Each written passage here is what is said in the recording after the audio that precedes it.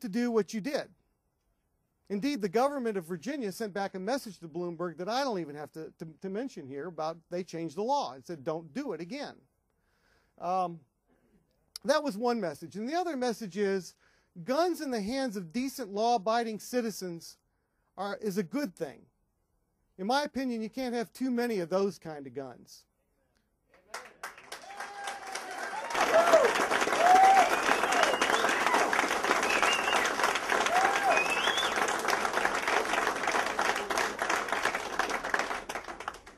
Do we want them in the hands of criminals? No, of course not. We're as much for law enforcement that way as anybody. But law enforcement has certain ways that they work. They have certain authority, and they should be allowed to do that authority. My opinion is, yes, if they can catch a gun dealer in Virginia knowingly doing straw purchases, violating the law, we say prosecute them. We're not going to stand in the way by any means. But don't you dare come in here and do something where you end up having to admit that none of these guys did anything wrong, sue them because you want to drive them out of business to make a political point as you prepare to run for president, and then expect us to stand by and do nothing.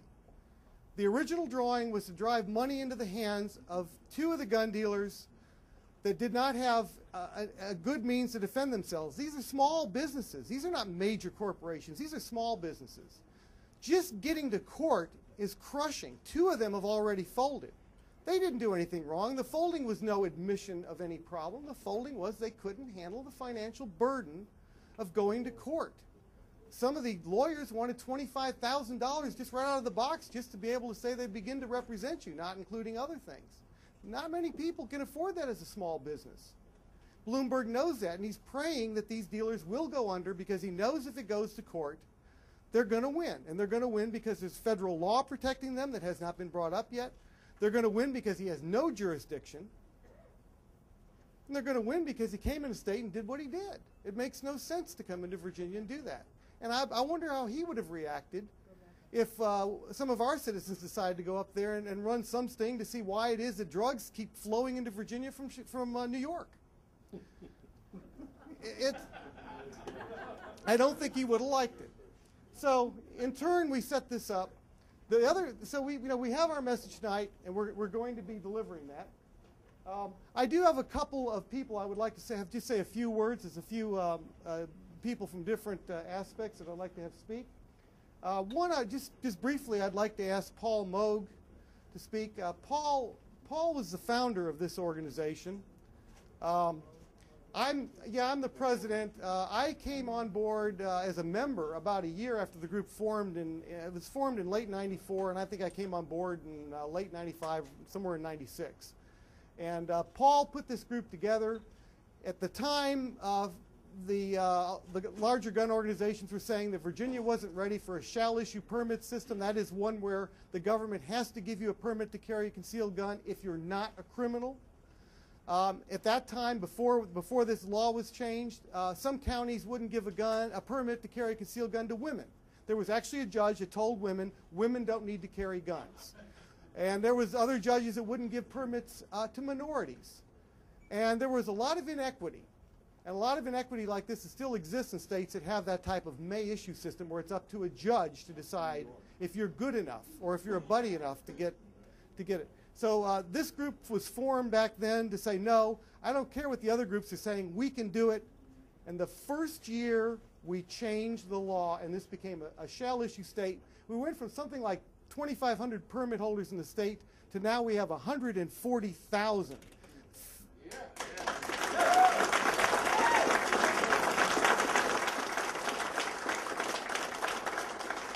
Fairfax County had like 10 permit holders for a county with 1 million people.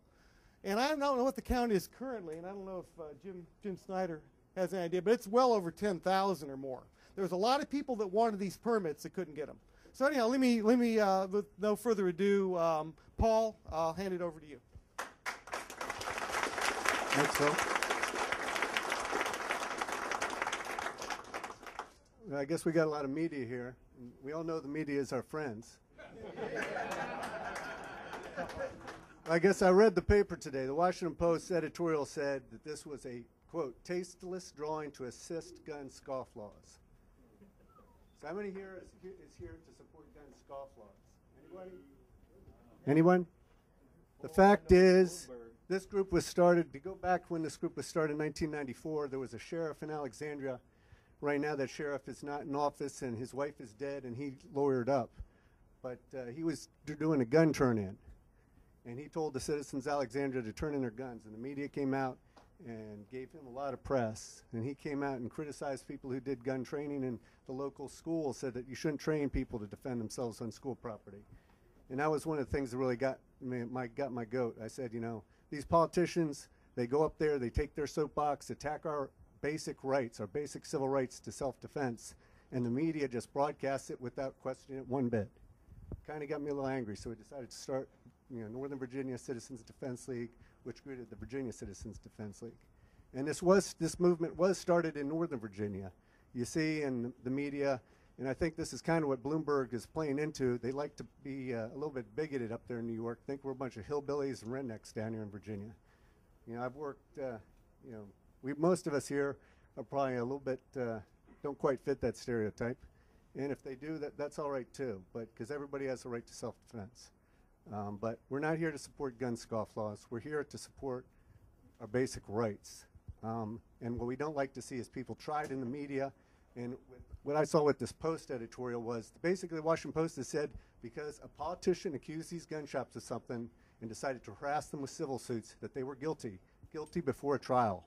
And that's un-American. We've seen that the drive-by media basically convicted these lacrosse players in North Carolina because it was politically correct. They trashed them. So the drive-by media, you need to clean up your act. Start questioning these politicians when they come out with their trash talk about our rights, all right?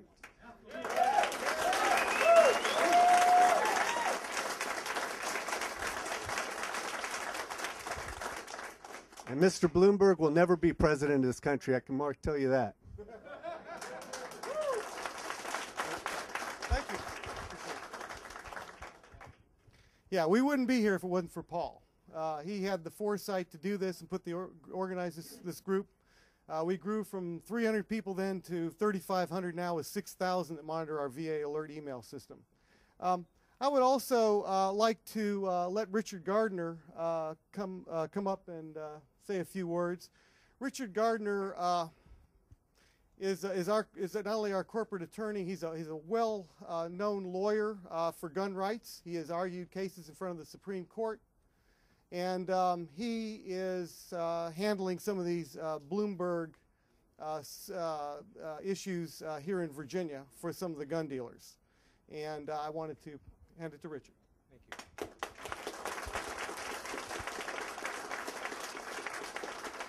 Thank you. Thank you. Philip gave me 1 minute to tell you everything that's going on with the lawsuit, so I'll try to do it in that time, but it'll probably take a little bit longer. Just so everybody knows, and some people here are familiar with what the litigation is, there are actually two sets of lawsuits going on. The first set was filed about a little less than a year ago. There's several dealers in Virginia who are defendants. That case is moving very slowly through the process. We're litigating now the issue of whether the courts in New York, the federal court in New York, even has jurisdiction over people who are conducting business in Virginia. What they did when they realized that some of the claims that they made in those lawsuits were so far out, rather than dismiss them, they then filed a whole second set of lawsuits.